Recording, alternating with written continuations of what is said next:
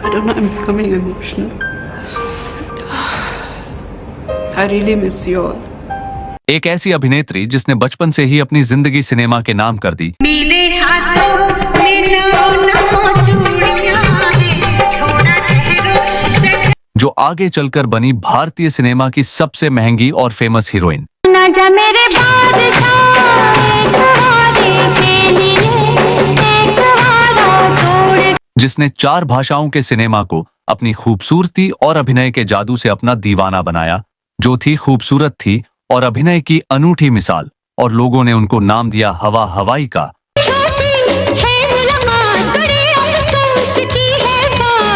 आखिर कैसे ये आगे चलकर बनी अपने दौर की सबसे ज्यादा चार्ज करने वाली इकलौती हीरोइन और भारतीय सिनेमा की पहली लेडी सुपरस्टार।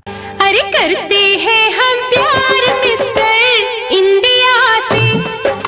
और क्यों इन्होंने एक शादीशुदा आदमी के घर में घुसकर तोड़ दिया उसका बसा बसाया घर, और उस आदमी से शादी करके बन बैठी घर की मालकिन। मैं ख्वाबों की शहजादी, मैं हूँ हर दिल पे छाई, बादल है मी। कैसे ये अभिनेत्री भाई को राखी बांधते बांधते उसी से कर बैठी थी शादी। कोई नहीं है बस तुम हो साथ, कहनी थी तुमसे जो दिल। और कैसे शादी से पहले ही बन गई थी उसके बच्चे की माँ, और कैसे एक दिन अचानक बाथ टब में डूबकर हो गई इनकी दर्दनाक मौत। आज की इस वीडियो में हम बात करेंगे महान अभिनेत्री श्रीदेवी की। बॉलीवुड की दिग्गज अभिनेत्री श्रीदेवी आज भले ही हमारे बीच नहीं है, लेकिन अपनी बेहतरीन फिल्मों और शानदार अभिनय के चलते वे आज भी अपने फैंस के दिलों में जीवित हैं।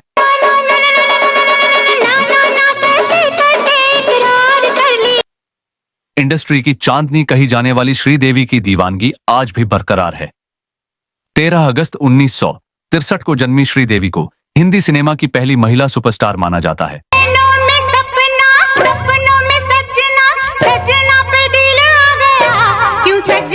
उन्होंने अपने करियर में 300 से भी अधिक फिल्मों में काम किया।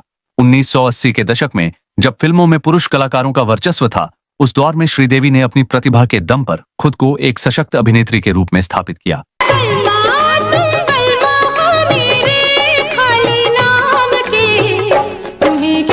श्रीदेवी उन गिनी चुनी अभिनेत्रियों में थीं जिनकी फिल्में देखने के लिए दर्शक सिनेमाघरों में उमड़ पड़ते थे। उन्होंने अपने करियर की शुरुआत दक्षिण भारतीय सिनेमा से की थी।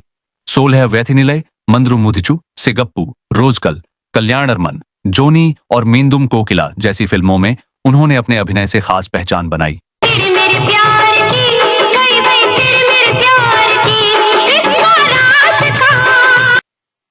दक्षिण भारतीय फिल्मों में सफलता के बाद उन्होंने हिंदी सिनेमा का रुख किया और 1979 में फिल्म 16वां सावन से बॉलीवुड में कदम रखा।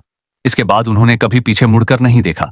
चालबाज, चांदनी, सीता और गीता, जुदाई, खुदा गवाह, नगीना, मिस्टर इंडिया जैसी सुपरहिट फिल्मों ने उन्हें दर्शकों का चहेता बना दिया। लगी आज सावन की फिर वो झड़ी है।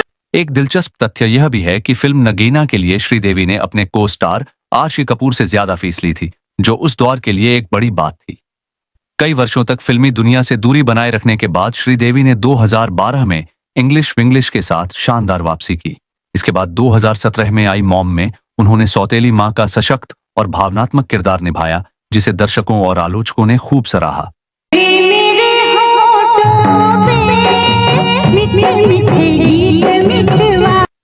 श्रीदेवी की पर्सनल लाइफ भी हमेशा सुर्खियों में रही। उन्होंने निर्माता निर्देशक बोनी कपूर से शादी की। दोनों की मुलाकात फिल्म मिस्टर इंडिया की शूटिंग के दौरान हुई थी। बोनी कपूर पहले से शादीशुदा थे, लेकिन उन्होंने अपनी पहली पत्नी मोना कपूर से तलाक लेकर श्रीदेवी से विवाह किया। हालांकि श्रीदेवी एक बड़ी हस्ती थीं, लेकिन निजी जिंदगी में वे काफी सादगी पसंद और अंतर्मुखी स्वभाव की थीं। वे चाहती थीं कि उनकी बेटी जाह्नवी पहले पढ़ाई पूरी करे और फिर फिल्मों में कदम रखे। इसका कारण यह था कि श्रीदेवी खुद कभी स्कूल नहीं जा पाई थीं। यह बात उन्हें हमेशा खलती रही। परिवार की आर्थिक स्थिति अच्छी न होने के कारण श्रीदेवी ने महज 4 साल की उम्र में अभिनय की दुनिया में कदम रख दिया था। खेलने कूदने की उम्र में उन्होंने अपने परिवार को सहारा देने के लिए काम करना शुरू किया, जिससे वे कभी औपचारिक शिक्षा नहीं ले सकीं। एक पुराने इंटरव्यू में श्रीदेवी ने फिल्म फेयर को बताया था, मैं पढ़ाई में बहुत अच्छी थी। मेरे माता पिता ने पढ़ाई और फिल्मों के बीच संतुलन बनाने की बहुत कोशिश की। जब भी मैं शूटिंग के लिए बाहर जाती थी, मेरे साथ हमेशा एक अध्यापक होता था, लेकिन एक समय के बाद यह संभव नहीं रहा। मुझे पढ़ाई और फिल्मों में से एक को चुनना पड़ा और मैंने फिल्मों को चुना। एक औरत जो परियों की तरह जीती थी, एक ऐसी रोशनी जो पर्दे पर जलती रही और जब बुझी तो पीछे छोड़ गई सन्नाटा, सवाल और साजिशों की परछाइयां। ये कहानी है भारत की पहली महिला सुपरस्टार श्रीदेवी की, एक ऐसी अदाकारा की जिसने अभिनय, नृत्य और सौंदर्य की परिभाषा को ही बदल डाला। उनके चेहरे की मासूमियत, उनकी आंखों की चमक और उनके किरदारों की विविधता ने उन्हें सिर्फ एक अभिनेत्री नहीं बल्कि एक संवेदना बना दिया था। लेकिन 24 फरवरी 1918 की रात कुछ ऐसा हुआ जिसने पूरे देश को हिलाकर रख दिया। फरवरी 2018 में बोनी कपूर के भांजे मोहित मारवाह की शादी थी। इसमें कपूर खानदान के लगभग सभी बड़े नाम शामिल थे। बोनी कपूर, अर्जुन कपूर, अनिल अंबानी, टीना अंबानी और खुद श्रीदेवी। शादी का माहौल बेहद खुशनुमा था।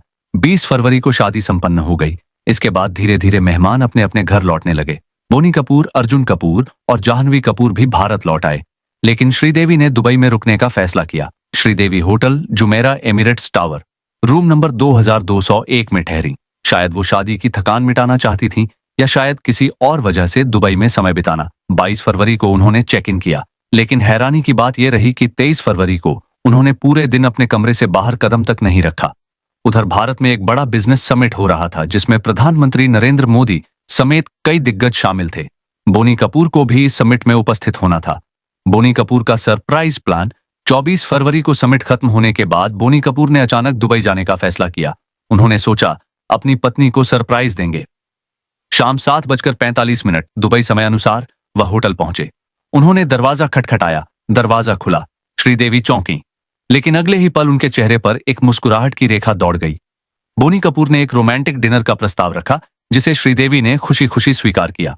वो तैयार होने के लिए बेडरूम में चली गईं और फिर अटैच बाथरूम में नहाने चली गईं।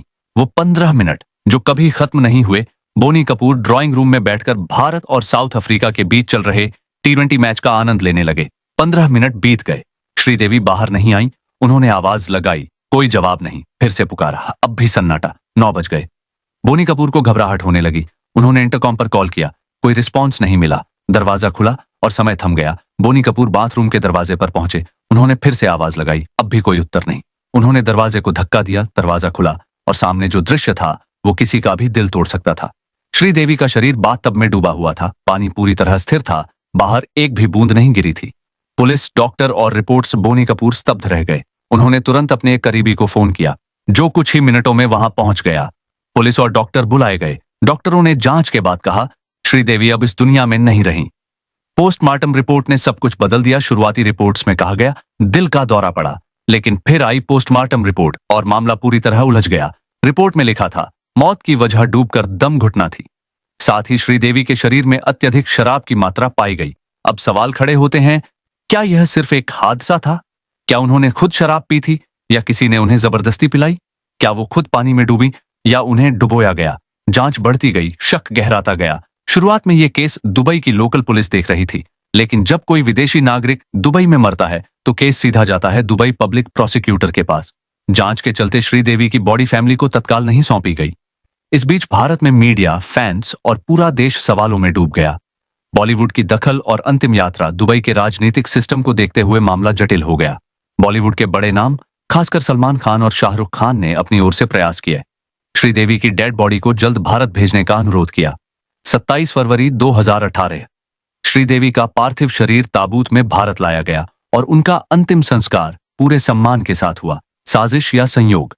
भारत में श्रीदेवी की डेड बॉडी का पोस्टमार्टम नहीं हुआ, जिससे शक और भी गहरा हो गया।